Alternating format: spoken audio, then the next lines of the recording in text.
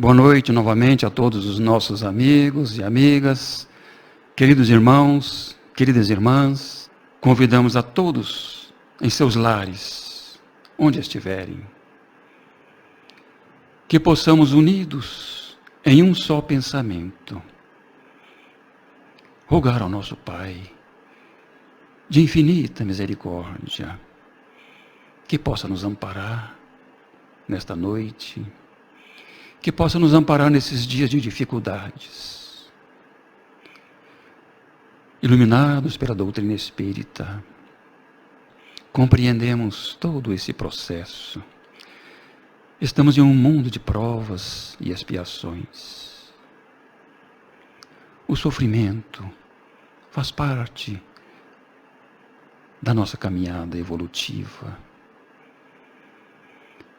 Mas não podemos perder a fé raciocinada, baseada na razão.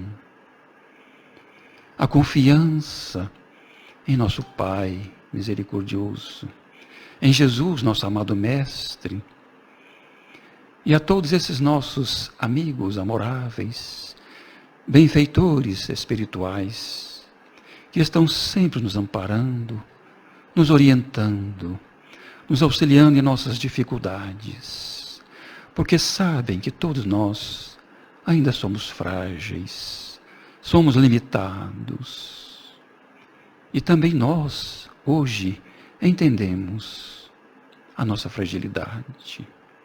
E é muito bom que assim seja, porque assim nós, a partir deste conhecimento, nós vamos prosseguindo de uma forma melhor, iluminado pelos ensinamentos da doutrina espírita, pelo Evangelho de Jesus. E assim, meus queridos irmãos e irmãs, tenhamos confiança. Tudo passa, como diz o nosso irmão Chico Xavier. Prossigamos, meus amados e amadas, confiantes, e que o nosso Pai misericordioso nos fortaleça, nos dê coragem, ampara todos nós nesses momentos de dificuldades. Mas não esqueçamos de estender as mãos para nossos irmãos em dificuldades. Não nos tranquemos em nosso egoísmo, em nosso comodismo.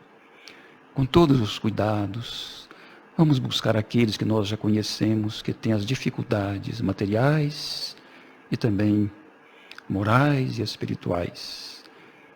Que Deus nos abençoe a todos nesta noite e sempre, que assim seja.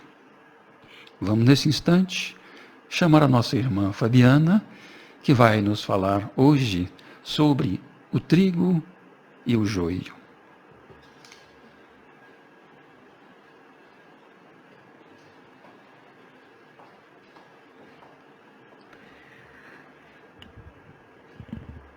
Boa noite, meus irmãos. Que a paz do Divino Mestre Jesus se faça em nossos corações e que a espiritualidade benfeitora nos ilumine, nos auxilie.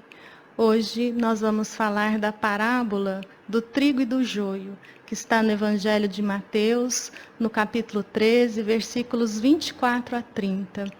E como todas as parábolas do Cristo, essa parábola nos traz um ensinamento profundo da evolução humana, nos traz a nossa transformação, essa viagem, esse progresso. E nós podemos perceber na parábola do trigo e do joio, também conhecida como a parábola do joio, 3 aspectos importantes.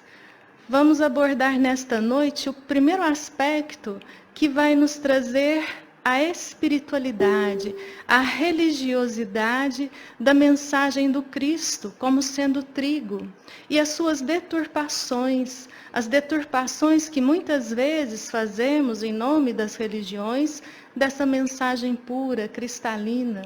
Um segundo aspecto que nós podemos perceber nessa parábola é desta fase de transição planetária, em que a Terra será um mundo de regeneração.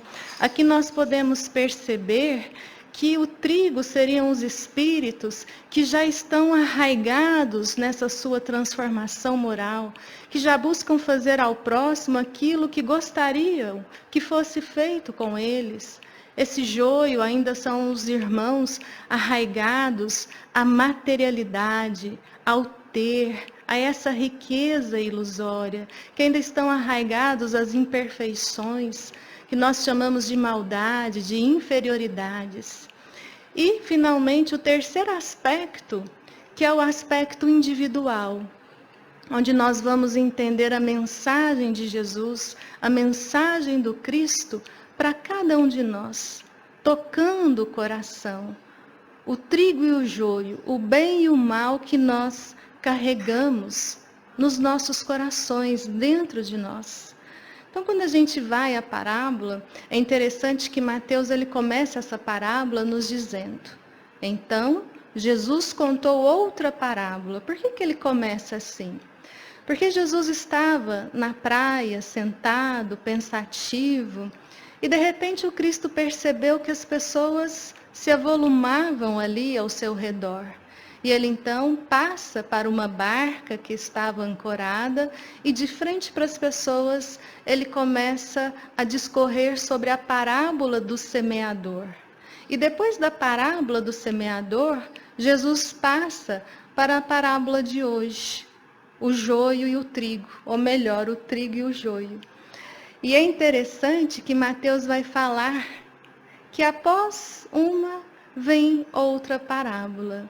E aí Jesus nos conta que o reino de Deus é semelhante a um homem que semeou boa semente no seu campo. Mas, quando estavam dormindo, veio o inimigo e semeou o joio. Aquele senhor das terras havia semeado boa semente, o trigo, mas o inimigo vem, semeia o joio e se retira, esconde.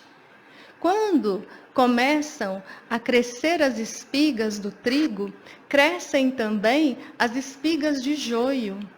E ali os seus servos, aqueles que trabalhavam no campo, eles perguntam para o Senhor: Senhor, não semeastes boa semente?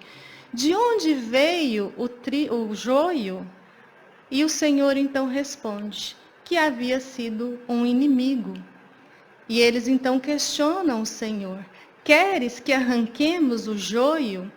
E o Senhor diz que não deveriam arrancar o joio, para que não arrancassem também com ele o trigo, que deixassem crescer trigo e joio juntos.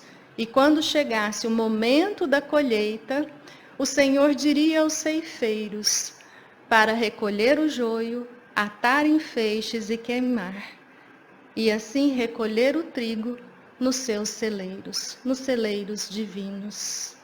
É interessante que nós vamos perceber que nesse primeiro aspecto que o Cristo nos traz, nós podemos ver aqui o embate da espiritualidade, da religiosidade com a religião, os rótulos religiosos. O trigo como sendo a mensagem pura de Jesus e o joio as deturpações. Quando nós pensamos no trigo, nessa semente boa, nessa semente pura, nós vamos perceber que é a verdade que Jesus vem trazer a nós. Jesus vem e nos revela as leis do Pai. Resume todos os ensinamentos em amarmos a Deus sobre todas as coisas e ao próximo como a nós mesmos. É uma doutrina de amor, de luz, de caridade, que nos leva sempre a pensarmos na prática do bem. Já o joio das deturpações, muitas vezes, são interpretações equivocadas. Pode ser por ignorância, mas também por interesse pessoal, por interesse material. Esse joio, ele envenena, ele dissipa as pessoas. Há uma desunião quando nós começamos a cobrar por esses rótulos religiosos.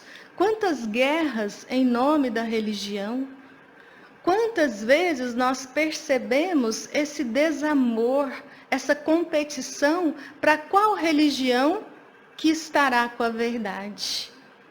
E é interessante que nós vamos percebendo interesses pessoais. Quantas religiões pregam o enriquecimento material e deixam de lado o enriquecimento espiritual? Jesus nos convida, deixa um convite claro que está eternizado no Sermão da Montanha, ou Sermão do Monte, nas bem-aventuranças. O Cristo nos convida à humildade, à mansuetude, à misericórdia, à justiça, a purificarmos o nosso coração. É interessante que há uma mensagem em que nos leva à união. E não nos leva a olhar se o outro é de determinada religião ou não. Então, essas deturpações, a gente vai perceber que nós dormimos, nós nos distraímos. O que é esse dormir, distrair? Nós adoramos o Cristo, nos emocionamos com a sua mensagem, com a visão do Cristo, nós nos emocionamos. Mas muitas vezes nós temos rótulos religiosos. Nós vamos crer em dogmas, nós vamos crer em milagres. Quantos cultos suntuosos. E não é isso que Jesus vem trazer para nós. Ele nos traz espiritualidade, religiosidade, o sentimento do bem, independente de quem seja esse próximo. No dia 1º de abril de 2010, a imprensa, foi muito divulgado pela mídia, um acontecimento com o Santos Futebol Clube. Era um time de estrelas que hoje são internacionais, era um timaço, vamos dizer assim. E o clube, então, quis fazer uma caridade, uma instituição onde haviam crianças, jovens, adultos também, com deficiências, principalmente a paralisia mental. Como era Páscoa, eles iriam levar ovos de chocolate. E assim foi toda a comitiva dos santos.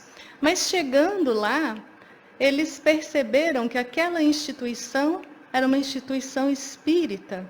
Vários jogadores, não cabe citar aqui o nome, mas vários jogadores não desceram do ônibus, se negaram a descer. Por quê? Porque não entrariam numa instituição espírita. Outros desceram do ônibus, fizeram ali a festa. Mas esse fato foi muito divulgado negativamente pela imprensa, desse preconceito religioso, que é o que nós estamos falando. A diferença em se fazer o bem, espiritualidade, religiosidade e o dogma, o culto, esse preconceito por sermos de religiões diferentes. E um pastor da Igreja Batista, chamado René Kivitz, ele escreve um texto maravilhoso defendendo os meninos do futebol. E o texto dele é interessante, o título: Deus não se discute, Deus se ama. E o que ele fala nesse texto? Tem na internet, vale a pena ser lido, ele é bem extenso, mas ele vem na defesa daqueles meninos. Por quê? Porque tinham no coração a religião. E infelizmente a religião muitas vezes é esse joio que envenena, que separa, que compete umas com as outras. E ele nos adverte que quando nós discutimos quem vai para o céu, quem vai para o inferno, quando nós discutimos se Deus aceita ou não a homossexualidade, nós estamos discutindo religião. Que quando nós discutimos se é certo subir de joelhos uma escadaria, ou se é certo pagar o dízimo para a igreja, nós estamos discutindo religião. Quando nós discutimos se o verdadeiro é a reencarnação ou a ressurreição, se o livro correto seria a Bíblia ou o Alcorão, se toda a criação do mundo está na Gênese ou está em Charles Darwin, na ciência, todas essas discussões, nós estamos discutindo religião. E a religião, ela separa. Quantas guerras ditas santas, que há o assassinato de irmãos que não têm o mesmo pensamento, que não coadunam de uma mesma religião. Esses rótulos religiosos nos separam. Temos os adoradores de Alá, os adoradores de Jesus, de Krishna, de Buda, como se fôssemos diferentes. Já a espiritualidade, a religiosidade, o trigo, que é a mensagem que Jesus nos traz, é o amai-vos uns aos outros. É a ética, é a verdade, é a moralidade, é a busca dessa nossa doação. Lembrando de Francisco de Assis, é dando que se recebe, é perdoando que se é perdoado. Toda essa dinâmica de fraternidade, de solidariedade. Somos todos irmãos. Jesus deixa isso tão claro.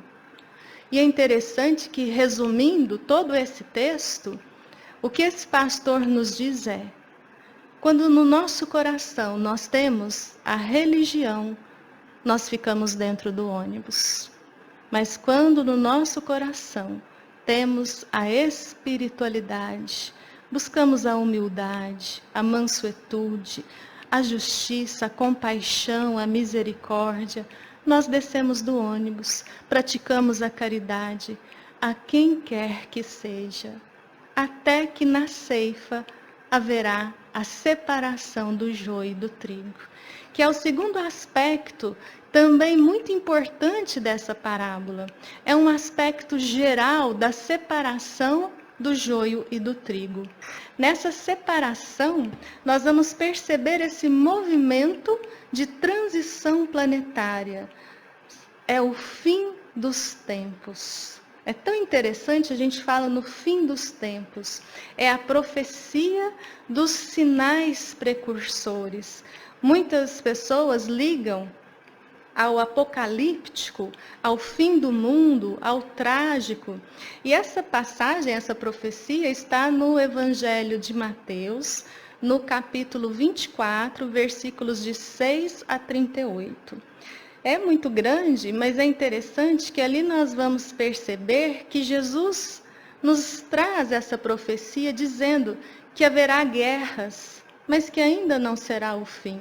Depois dessas guerras, haverá povo contra povo, pestes, fome, doenças. Mas depois de tudo isso, seus anjos virão, tocarão ali a trombeta em que reunirão o trigo no celeiro divino. Mas se levantarão muitos falsos profetas. E com toda essa falsidade, com essa iniquidade, com essa maldade, a caridade de muitos se esfriará. É interessante a gente pensar na vida moderna.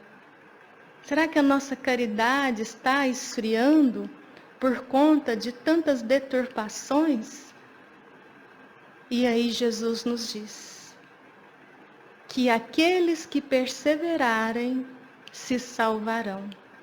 E o Evangelho será vivenciado por toda a humanidade. E aí sim será o fim. O que Jesus está nos dizendo? Allan Kardec, no livro A Gênese, de uma forma muito racional, ele vai estudar essa profecia e nos dizer que seria ilógico, absurdo, nós acharmos que na hora que o Evangelho será vivenciado na Terra, seria o fim do mundo. Não é o fim do mundo. Essa fase de transição é o fim da maldade, é o fim do orgulho, do egoísmo, desse interesse pessoal tão arraigado. É o momento que nós estamos vivenciando, esse período de regeneração da Terra, que já teve início. Agora, quando vai se consolidar, nós não sabemos. depende da mudança interior, da moralidade.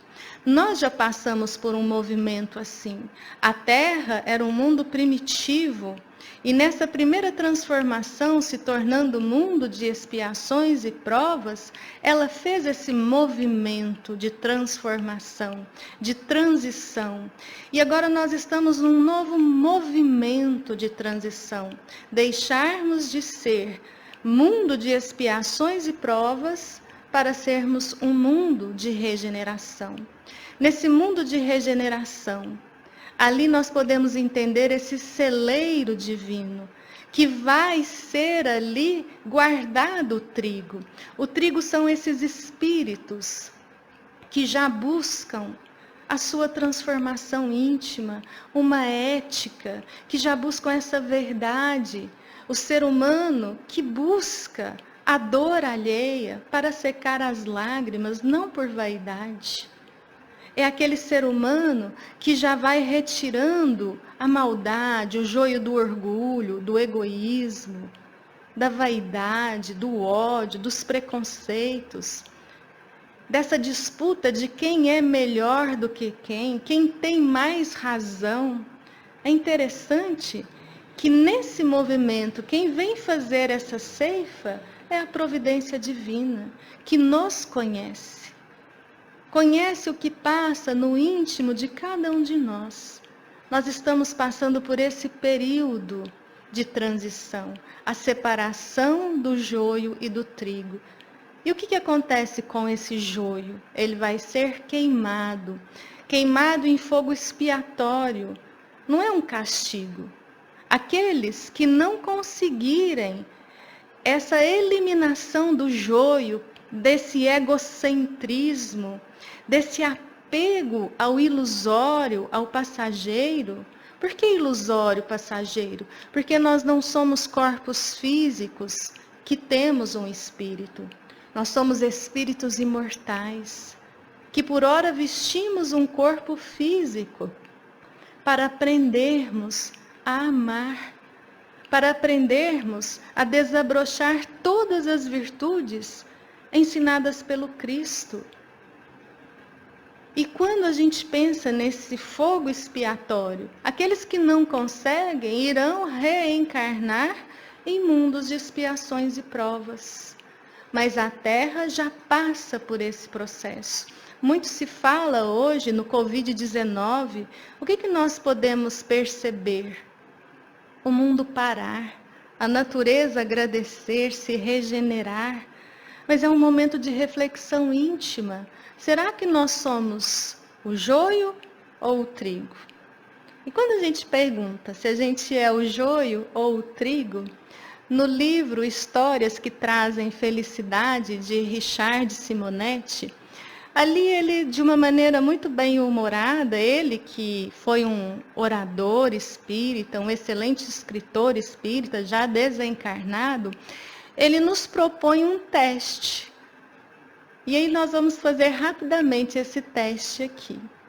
Nós vamos colocar algumas questões e cada um aí em casa vai respondendo A ou B. E aí no final nós vamos perceber se a gente está mais para trigo ou mais para joio. Então, ele, na primeira pergunta, ele faz um questionamento. Nós passamos por uma cirurgia, ou então estamos adoentados, acamados. E letra A, nós ficamos tranquilos, em oração, mantemos a serenidade, não querendo dar trabalho para ninguém, amenizando. Ou letra B, reclamamos de tudo, de todos, exigimos ali o carinho, a atenção, afinal de contas estamos doentes, e a gente pode trazer esse questionamento para esse isolamento social. Como é que nós estamos dentro da nossa casa? Letra A, estamos tranquilos, serenos, harmonizando o ambiente, descobrindo inúmeras formas que nós já havíamos esquecido no relacionamento. Ou letra B, estamos perturbados, desinquietos e perturbamos também.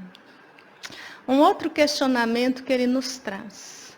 No trânsito, nós estamos parados, o sinal abre e, de repente, o carro de trás buzina. Letra A, nós percebemos que estamos distraídos ou que a pessoa está com pressa e logo seguimos adiante. Ou letra B, após a buzina, a gente demora, a gente castiga esse abusado. E se ele buzinar de novo, a gente manda passar por cima. Uma outra questão interessante que ele nos coloca é de que na situação em que nós somos patrões, o empregado ele não está cumprindo direito com as funções. Então, na letra A, nós vamos ensiná-lo, conversar, ver o que está acontecendo. Ou letra B, nós lembramos a esse funcionário que há uma fila de desempregados que fariam o dobro do que ele faz, recebendo metade do que ele recebe. Numa outra posição, agora nós somos os empregados. O patrão nos chama a atenção. Letra A, nós ali percebemos, toda a lição que o patrão nos dá e nos propomos a melhorar, a fazer melhor. Levamos como um estímulo profissional. Ou letra B, nós damos aquele sorriso amarelo, mas em pensamento, são palavras que a gente não pode nem colocar aqui, Vontade de dizer poucas e boas. São vários os testes dele, a gente não vai fazer todos aqui. Mas são, quando a gente fala, por exemplo, uma outra, quando alguém que nós conhecemos passa por nós e não nos cumprimenta. Isso é antes do Covid, Porque agora a gente não está saindo de casa, mas a maioria de nós vai lembrar. Tantas e tantas vezes, pessoas, a gente costuma falar que fingiram que não nos viram. Então, aqui a gente já sabe mais ou menos a letrinha que a gente vai escolher. Então, a pessoa passou por nós, não nos cumprimentou. Letra A, a gente percebe logo que ela não nos viu, ou que estava distraída, ou que está com algum problema. Letra B, nós ficamos indignados. Que prepotente. Não cumprimento mais. Então, quando a gente analisa esse joio, esse trigo, essa separação, nesse movimento de regeneração, se as nossas respostas foram, na maioria, letra A gente está indo bem nessa nossa evolução espiritual, nessa nossa conquista de sermos trigo. Mas, se nós respondemos a maioria, letra B, aí a gente até brinca, Vamos torcer para essa regeneração não chegar antes da nossa transformação. Não chegar antes que a gente consiga arrancar o joio do coração. Sobretudo o joio do orgulho, do egoísmo e da vaidade. Porque é aquele joio que vai abafar o trigo do amai-vos uns aos outros.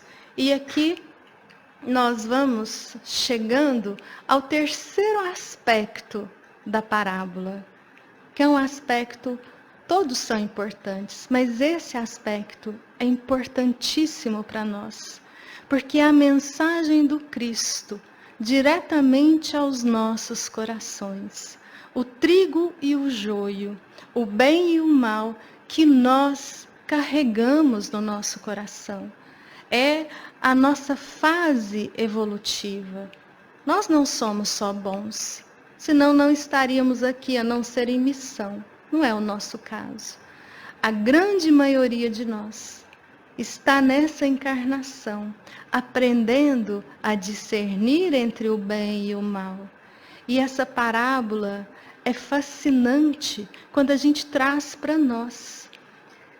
Quando ali Jesus diz que o reino dos céus é semelhante a um homem que plantou o trigo, que plantou a boa semente nesse campo, nós vamos perceber que não existe joio. Então, nesse começo, esse plantio é somente o trigo. Não tem joio. Por quê?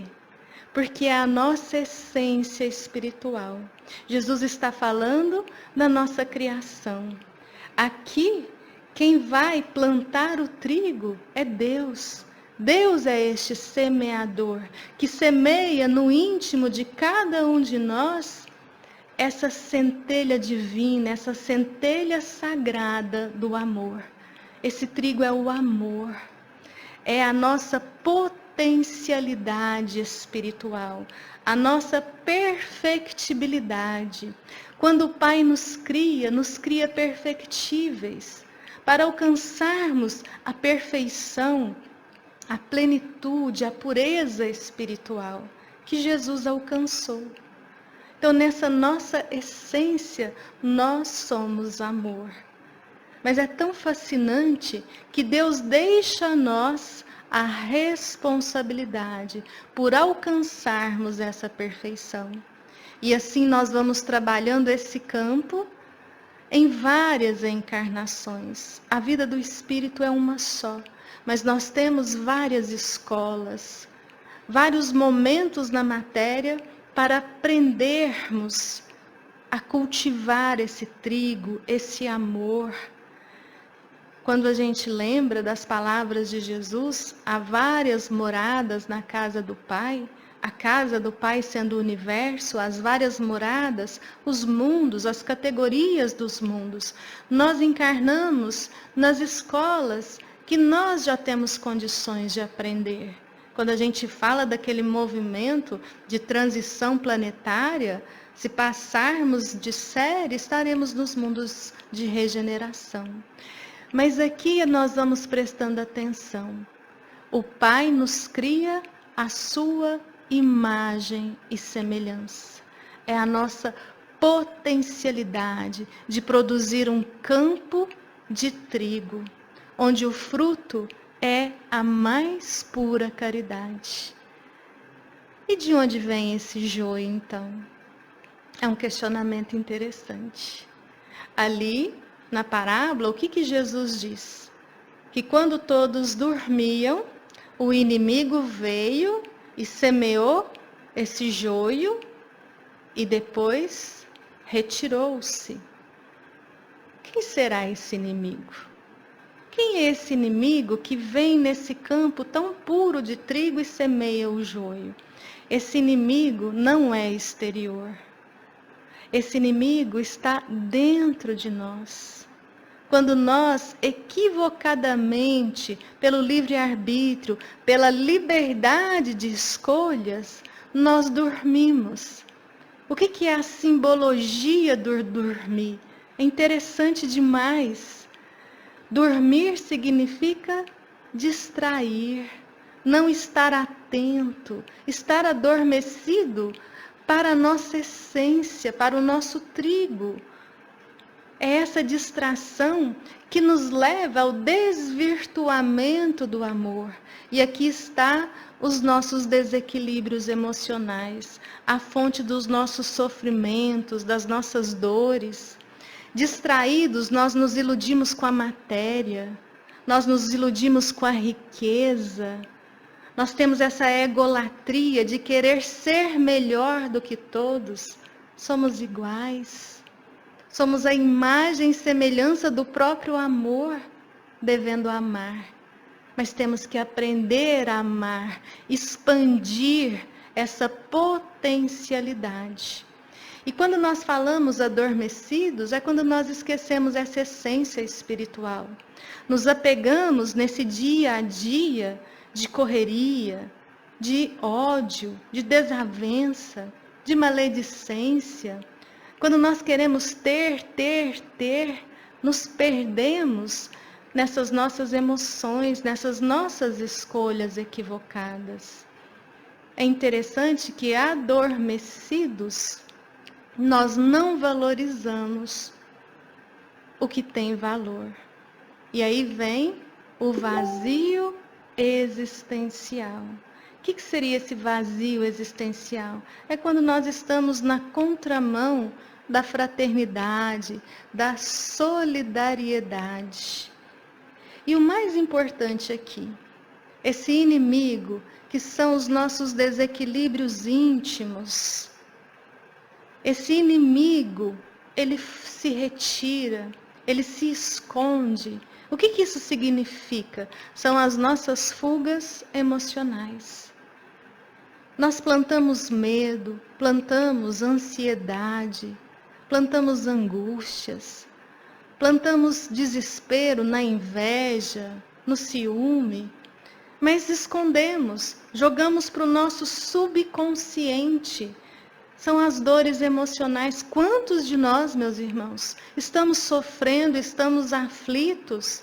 E se alguém nos pergunta, por que estás ansioso? O que nós respondemos? Nós não mentimos, nós respondemos, não sei. Quantas vezes ouvimos ou falamos, nada para mim dá certo, não sei o que acontece? Porque essa sombra do inimigo, ela permanece no subconsciente. São as nossas fugas. Aquilo que nos dói, aquilo que nos machuca, nós jogamos para o subconsciente. Nós não queremos ter ali de frente. E essas dores emocionais, muitas vezes, se transbordam em sintomas físicos.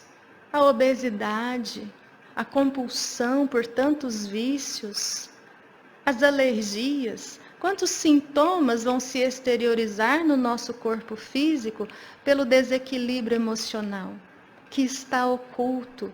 Por isso a importância do conhece-te a ti mesmo. É interessante como a doutrina espírita nos pede esse olhar para dentro de nós.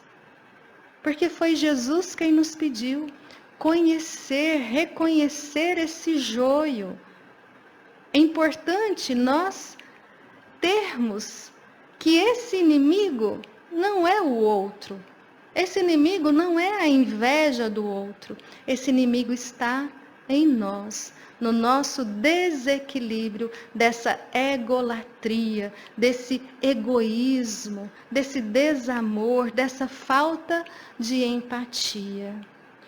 E um aspecto interessantíssimo também é que quando os servos perguntam ali ao Senhor, queres que arranque o joio? E o Senhor diz não, deixe que cresçam juntos e no momento da ceifa serão separados. Então não é para nós arrancarmos esse joio, esse mal do nosso coração, aqui a gente fica meio perdido, a gente fica meio confuso, mas não é para isso que eu estou aqui, para tirar esse mal do meu coração? E para a gente entender o que Jesus está falando, que é de um ensinamento belíssimo, nós vamos utilizar uma historinha de um quase adolescente, né? De criança para adolescente. Ele tinha uma espingardinha de chumbo, que graças a Deus hoje a gente não vê tanto, mas na época de criança tinha bastante. E esse menino, ele mata um pardal. E aí, quando passa um tempo, ele percebe a movimentação do pai dele, catando ali bichinhos, insetos vivos, e ele pergunta para o pai, pai, o que você está fazendo? Ele falou, meu filho, vem cá para você me ajudar. Aconteceu algo tão triste. E ali ele leva o filho num ninho com 4 filhotinhos de pardal. E ele fala, a mãe morreu. Nós temos que ajudar os filhotinhos a sobreviver. E ali o pai, naquela luta, chega à noite, muito frio, coloca algodão, sempre pedindo para o filho ajudá-lo. O filhotinho mais frágil, no frio, ele morre. De madrugada, mais 2 filhotinhos morrem. E mesmo com aquela luta intensa do pai, para salvar aquele que ficara, mas sem a mãe para alimentar, para ensinar a voar. Esse filhote, ele demora algumas horas a mais, mas também morre. No momento em que o 4º pardalzinho morre, essa criança se desespera. Ela começa a chorar, culpada, e ela então fala para o pai, fui eu que matei a mãe. E o pai fala, eu sei, meu filho, por isso eu estou pedindo para você ajudar, para você ver as consequências. Olha que interessante essa história. O pai percebe o joio no filho, percebe a maldade. E ele poderia querer arrancar esse joio. Como que seria arrancar? Brigar, discutir, dar ali um sermão de respeito à vida, colocar ele de castigo, se enfurecer, perder o equilíbrio. Porque muitas vezes a gente acha que educa assim, mas não educa. Ele fez o contrário. Ele preservou o joio, a sensibilidade. Se ele arrancasse, ele preservou o trigo. Se ele arrancasse violentamente aquele joio, o que poderia acontecer com aquela criança? Se rebelar. Nossa, por causa de um passarinho? E se rebelando, mataria mais pássaros. Quem sabe esse joio tomaria conta dessa criança. É assim que o Pai faz conosco. E é assim também que nós devemos proceder com o joio. Essa sombra que nós queremos arrancar, esse mal, nós sabemos que a prática é do bem, é do amor, temos o Evangelho, só que muitas vezes queremos arrancar violentamente o joio. Não dá certo. Por quê? Porque de repente nós decidimos que não vamos mentir, enganar, não vamos ser maus, não vamos ser corruptos, vamos tolerar tudo, perdoar tudo. Só que essa é uma prática exterior. Ela não está enraizada no reconhecimento do inimigo. Não adianta eu falar, vou parar de ser maledicente. Eu tenho que me perguntar, eu sou maledicente? Encontrando em mim a maledicência, eu tenho que me questionar, por que eu sou maledicente?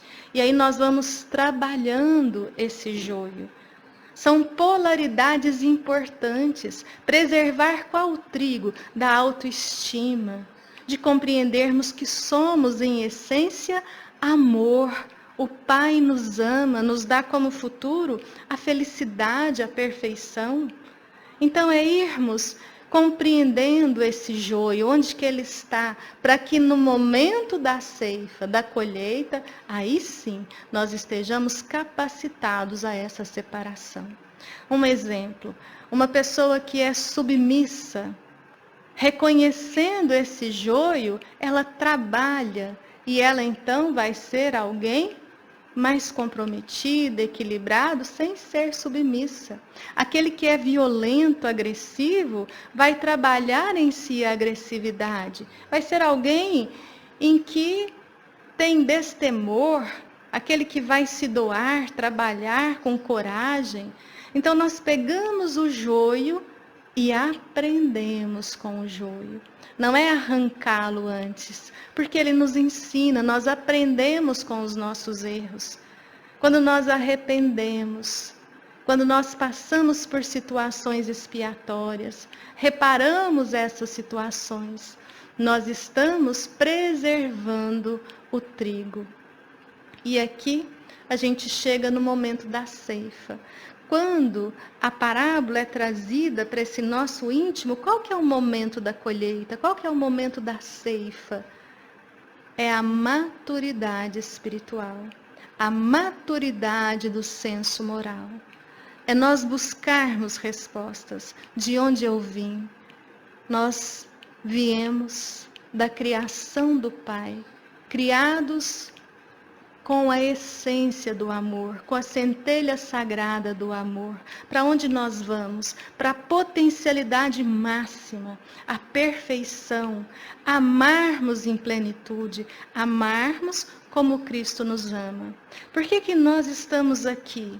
Porque nós estamos estagiando, discernindo o joio do trigo, para que a gente possa finalmente retirar esse joio dos nossos corações. E é tão importante compreendermos essa parábola, trazermos para o nosso dia a dia, buscarmos esse equilíbrio, retirar do coração o joio, quando estivermos capacitados, reconhecer, mas colocar o joio como lição, como aprendizado, não como algo vergonhoso. Quando a gente fala do nosso passado, quando a gente se sente culpado, quando nós sentimos vergonha desse passado, nós carregamos mágoas, carregamos ressentimentos, carregamos medo. Mas quando olhamos para esse passado com gratidão, com esse trigo, com essa autoestima, nós percebemos as lições que nos trouxeram até aqui. Nós não cobramos de uma criança o que se pode cobrar de um adulto. Então, que nessa maturidade espiritual que nós alcançamos, conhecendo o Evangelho, que a gente reconheça esse joio, que a gente equilibre essas emoções. E aí sim, estaremos aptos a queimar esse joio, retirar do nosso coração, deixando somente nesse celeiro eterno o trigo. E para nós finalizarmos, nós vamos lembrar de uma mensagem de um espírito amigo que está no capítulo 18 do Evangelho segundo o Espiritismo, muitos os chamados, poucos os escolhidos. No item 15, ele nos diz: ânimo, trabalhadores, coragem, trabalhadores. E é o que nós estamos precisando, passando por todas essas dificuldades, por tantas mortes coletivas, por essa pandemia, que a gente tenha ânimo, que a gente tenha coragem. Ele nos pede: lavrai os vossos corações, tomai das enxadas, retirando o joio dos vossos corações, deixando que o orvalho da caridade possa fazer florescer os mais belos frutos do amor. Independente da época, do que nós passamos, que nós possamos entender que o Pai semeia em nós o trigo, que o joio são desequilíbrios emocionais, que se vier a transição hoje ou amanhã, não importa, porque se nós nos habilitarmos a amar o próximo, nós iremos para mundos mais felizes, independente da regeneração da Terra. Então, que nós possamos pegar firme no conhecimento de nós mesmos. Não vamos esconder as nossas dores, as nossas aflições.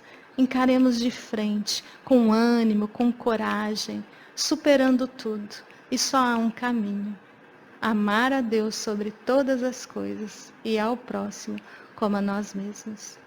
Fiquemos em paz, que Jesus esteja conosco, que o Pai nos abençoe e um beijo no coração.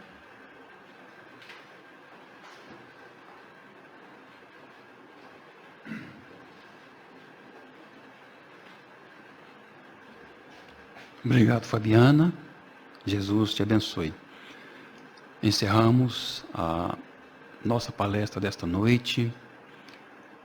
Mas antes, convidamos a todos os nossos irmãos e irmãs para a nossa prece de encerramento, lembrando que aqueles que desejarem colocar um copo ou uma garrafa de água próximo na mesa, e que também vamos nos preparar para receber um passe à distância. Nós sabemos que para os nossos benfeitores espirituais não há distância. E elevemos então nosso pensamento neste momento, rogando uma vez mais ao nosso Pai misericordioso a proteção e o amparo a todos nós, espíritos encarnados e desencarnados, ligados a este planeta de provas e expiações, compreendendo que todos nós estamos em marcha evolutiva, que precisamos colocar em prática os ensinamentos do Evangelho de Jesus, iluminados pela doutrina espírita.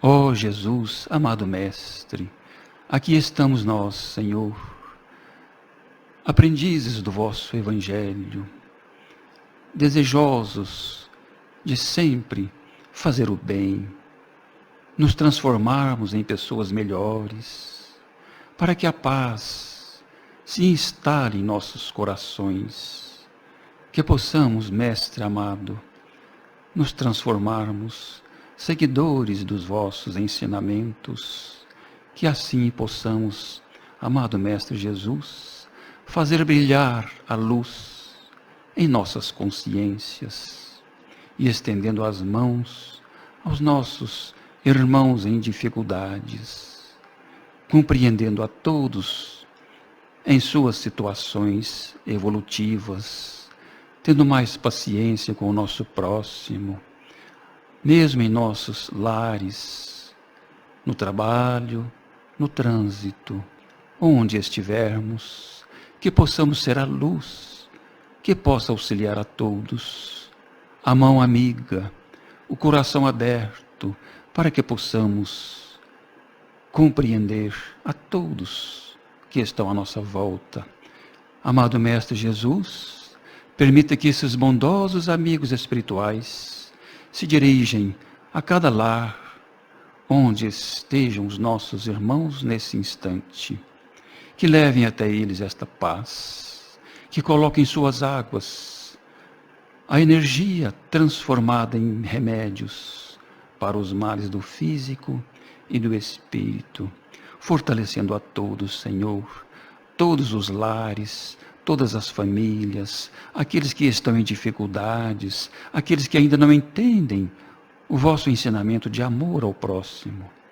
Que possamos, amado Mestre Jesus, estar em condições de auxiliar a todos neste momento de transição, porque o nosso planeta passa. Que a vossa paz esteja com todos nós, hoje e sempre. Que assim seja. Obrigado, meus irmãos e minhas irmãs. Que a paz esteja com todos. Que tenhamos uma boa semana, uma boa noite. Fiquemos em paz. Até a próxima, se Deus quiser.